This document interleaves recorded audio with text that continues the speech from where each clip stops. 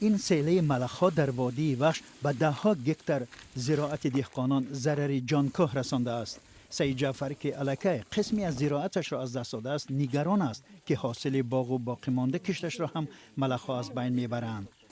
اینجا را مالی میگو که اینا کمش یک 6 سانتی متر 6 سانتی متر بالا بود.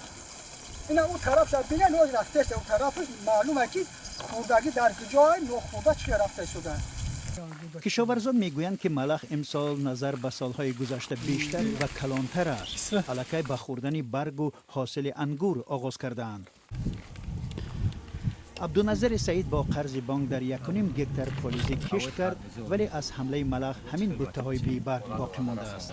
من امید داشتم که همین زمینی که آبیاری کردیم به طریق قرض از همین محصولات خوب به دست آورده و قرضهای خود را بسپاریم، اما این ملخ همه را نست نابود کرد.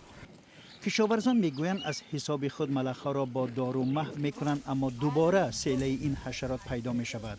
از مقامات کمک خواستند ولی تا حال نتیجه نداده است. مقامات ناحیه وحش از حمله ملخ اظهار نگرانی کرده گفت که در منطقه های گوناگون با نیروی مردم و زهرپاشی بر ضد ملخ مبارزه میبرند. کشاورزان میگویند که تا ملخ را نصف میکنند حاصلشان هم از بین میرود.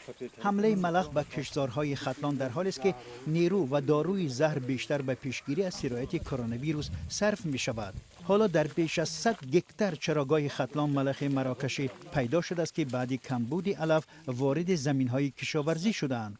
کشاورزان میگویند اگر مقامات سری وقت چاره ناندیشد امسال امنیت آذوقه‌واری زیر سوال می رود.